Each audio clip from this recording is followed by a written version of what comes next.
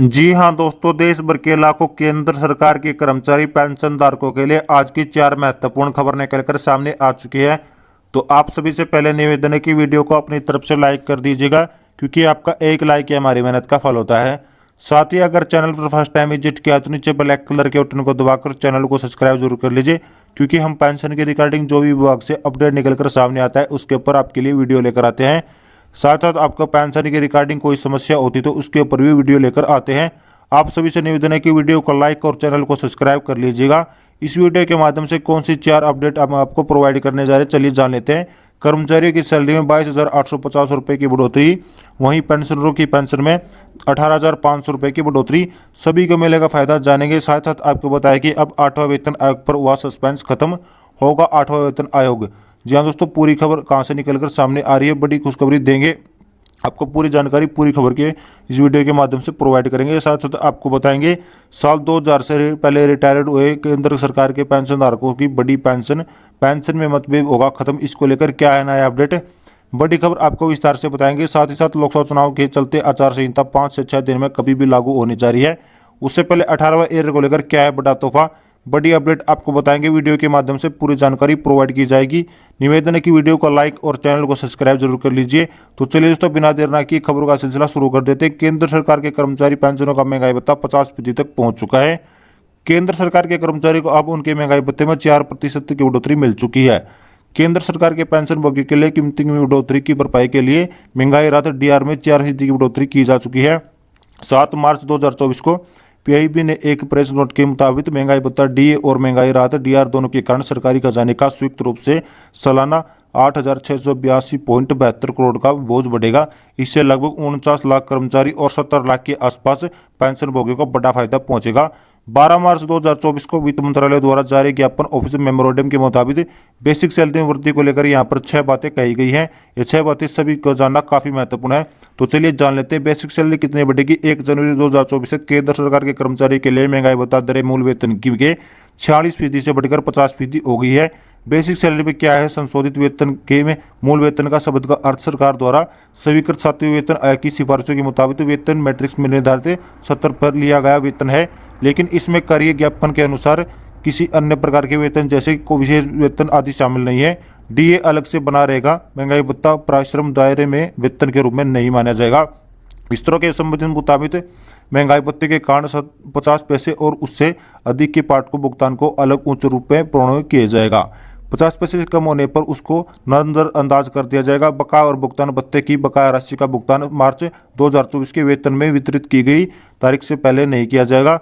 अन्य सरकारी कर्मचारी के लिए डीए में बढ़ोतरी का यह आदेश सेवा रक्षा अनुमान के वेतन पाने वाले अन्य कर्मचारियों पर भी लागू होंगे। वही रक्षा सेवा अनुमान ने संबंधित प्रमुख के वसूला गया सवादकोष कर्मियों और रेल कर्मचारियों के संबंध में कर्म सुरक्षा मंत्रालय और रेल मंत्रालय द्वारा अलग अलग आदेश जारी किए गए हैं। डीए बढ़ोतरी के बाद कितनी बढ़ेगी सैलरी, केंद्र सरकार के कर्मचारी मामले में जिन्हें प्रति माह 45,700 का मूल वेतन मिलता है, पहले 46% के हिसाब से उनका महंगाई भत्ता केंद्र सरकार के कर्मचारी का खुशखबरी है।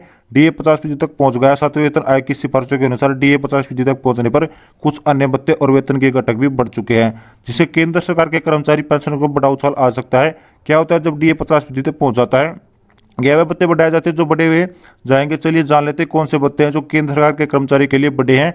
50% महंगाई भत्ते होने के चलते नंबर 1 मकान किराया भत्ता, नंबर 2 बच्चों की शिक्षा का भत्ता, नंबर 3 बच्चों की देखभाल के लिए दिया जाने वाला विशेष भत्ता, नंबर 4 छात्रावास सब्सिडी, नंबर 5 सत्तानंद एनटीए, नंबर 6 ग्रेजुएटी सीमा, नंबर 7 पोशाक भत्ता, नंबर 8 समय की परिवहन के लिए माइलेज भत्ता, नंबर 10 दैनिक भत्ता की पेंशन बढ़ेगी।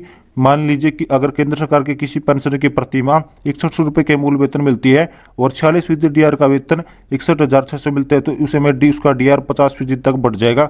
उसे महंगाई भत्ते के रूप में हर महीने 10,000 रुपये मिलेंगे। उसमें प्रति माह 14,444 की बढ़ोतरी यहाँ दर्ज की जाएगी। चलिए दोस्तों, अगली वीडियो खबर की ओर चलते हैं। अगली वीडियो की खबर निकलकर सामने आई। बजट में छपी खबर के मुताबिक कहा गया कि 7वें वेतन आयोग के अंदर सस्पेंस खत्म हुआ है। केंद्र सरकार के कर्मचारी को नया फार्मूला नहीं, 8वां वेतन आयोग ही जानेगा। अपडेट चलिए इस पूरी खबर को जान लेते हैं। सूत्रों की माने तो 8वां वेतन आयोग आता है तो सैलरी में सबसे बड़ा इजाफा होगा, इतना जरूर कहा जाता है कि आगे बढ़े रही है। सूत्र यह बताते हैं कि अभी नए वेतन आयोग में क्या नया आएगा या नहीं आएगा, यह कहना जल्दबाजी होगी, क्योंकि पूरी जिम्मेदारी ये पे कमीशन के अध्यक्ष की होगी। साल 2024 में आम चुनाव के बाद नए पे कमीशन के अध्यक्ष का भी ऐलान हो सकता है। उनकी देखरेख में एक कमेटी का गठन होगा। उसके बाद किसी फार्मूले से सैलरी में इजाफा किया जाएगा जिसकी तस्वीरें साफ हो जाएगी। कहा जाता है कि 8वें वेतन आयोग की सूत्रों के माने तो 8वें वेतन आयोग का गठन साल 2024 में हो जाना चाहिए। वहीं इसके 1.5 साल के अंदर से लागू किया जा सकता है। जैसे दोस्तों एक्सपर्ट के मुताबिक ऐसे होने पर केंद्र कर्मचारी की सैलरी में जबरदस्त उछाल होने की उम्मीद है। 7वें वेतन आयोग के मुताबिक 8वें वेतन आयोग में कई बदलाव संभव हैं। फिटमेंट फैक्टर को लेकर यहाँ पे कुछ बदलाव देखने को मिल सकते हैं। बता दें कि अभी तक सरकार हर 10 साल में एक वेतन का गठन करती है। कितनी बढ़ेगी सैलरी 7वें वेतन आयोग के मुताबिक 8वें वेतन आयोग के कर्मचारी की लॉटरी लगने वाली है।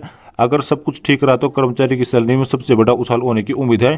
कर्मचारी का फिटमेंट फैक्टर 3.66 से गुना पहुंच जाएगा। साथ ही जो फार्मूला निकलकर सामने उसे कर्मचारी की सैलरी में 44.4% की वृद्धि होना संभव है। एक बिजनेस में छपी खबर के मुताबिक आपको बता दिया गया अपडेट है। चलिए दोस्तों अगली बड़ी खबर की ओर चलते हैं। पेंशनधारकों की बढ़ेगी पेंशन का भेदभाव हुआ खत्म। बड़ी खबर खुशखबरी पेंशनधारक होंगे मालामाल। भारत सरकार पेंशन भोगी समाज की केंद्र सरकार को अवगत कराया कि पेंशन भोगी हमारे समाज के लिए एक महत्वपूर्ण भूमिका निभाते हैं। फिर भी पेंशन प्रणाली में चिंताजनक असमानता मौजूद है जो 2006 से पहले सेवानिवृत्त हुए हैं लोगों पर गलत प्रभाव डाल रही है। ऐसे में पेंशन का भेदभाव तत्काल प्रभाव से खत्म करने की आवश्यकता है। क्या है पूरी खबर जानेंगे। सभी से पेंशन भी एक समान खत्म हो। पेंशन का भेदभाव। भारतीय पेंशन भोगी समाज ने कहा कि भारतीय का संविधान सभी नागरिकों और मौलिक अधिकार देने की गारंटी देता है। संविधान के अनुच्छेद 14 के तहत सभी को समानता अधिकार दिया गया है। यह जीवन के हर क्षेत्र में फैला हुआ है जिसमें पेंशन योजना जैसी सरकारी नीतियां भी शामिल है। ऐसे में सभी को पेंशन एक समान होनी चाहिए। पेंशन को लेकर भेदभाव खत्म हो। ये 6वां वेतन आयोग की सिफारिशों की स्वीकृति बताते चले तो कर्मी और पेंशन विभाग के 6ठे वेतन केंद्र कर्मचारी वेतन आयोग की सीपीसी के तहत 2 अलग फार्मूले लागू किए गए हैं। एक साल 2006 से पहले, दूसरा 2006 के बाद रिटायर्ड लोगों को इसमें एक बड़ा मतभेद पैदा हो जाता है जिसके परिणाम स्वरूप 2006 से पहले पेंशन भोगी और उसके परिवार की पेंशन कम हो जाती है। पेंशन को लेकर विशेषज्ञ भारतीय पेंशन भोगी समाज ने कहा कि विशेषज्ञता समानता के सिद्धांत और सुप्रीम कोर्ट द्वारा डीएस नगर के मामले में दिए गए फैसले का घोर उल्लंघन है। ऐसे व्यक्ति जिन्होंने संपूर्ण के साथ देश की सेवा के उचित व्यवहार की पात्र है मनमान्य कट ऑफ तरीके से आधार पर पेंशन विशेषज्ञता करना विद्रोहपूर्ण तरीका है। 2006 से पहले रिटायर्ड पेंशनधारकों को पेंशन तत्काल बढ़ाए। भारत सरकार पेंशन भोगी समाज के अनुसार 2006 के बाद रिटायर्ड पेंशन धारकों की तुलना में कम पेंशन से उनके ऊपर और दबाव पड़ सकता है। भारतीय पेंशन भोगी समाज भेदभावपूर्ण प्रथा के खिलाफ सही ढंग से आवाज उठा सकती है। इसके तत्काल प्रभाव के कारण पेंशन भोगी के लिए एक समान फार्मूला लागू हो जाएगा। डीओपीडब्ल्यू की इस भेदभाव के पूर्ण नीति को खत्म करने के लिए तत्काल कार्रवाई करनी चाहिए। 6ठे सीपीसी की सिफारिशों के आधार पर सभी पेंशन भोगी के लिए एक समान फार्मूला लागू कर जाना चाहिए, चाहे वो 2006 के बाद रिटायर्ड हो या 2006 से पहले सभी पेंशन भोगी होना चाहिए। साथ ही साथ भेदभाव समाप्त कर दिया चाहिए। चलिए तो अगली बड़ी खबर की ओर चलते हैं। अगली बड़ी खबर आपके 18वें ईयर की मांग को लेकर। 18वें ईयर का मुद्दा ठंडे बस्ते में डाला जा सकता है क्योंकि लोकसभा चुनाव एकदम नकीट है। आचार संहिता 5 से 6 दिन में कभी भी लागू हो सकती है। ऐसे में 18वें ईयर की मांग के मामले में अभी केंद्र सरकार कुछ भी नहीं कह सकती। अब लोकसभा चुनाव के बाद ही 18वें ईयर मुद्दे को लेकर हलचल हो सकती है भविष्य में। तो चलिए देखते हैं आगामी इन्फॉर्मेशन के साथ। जब तक के लिए धन्यवाद।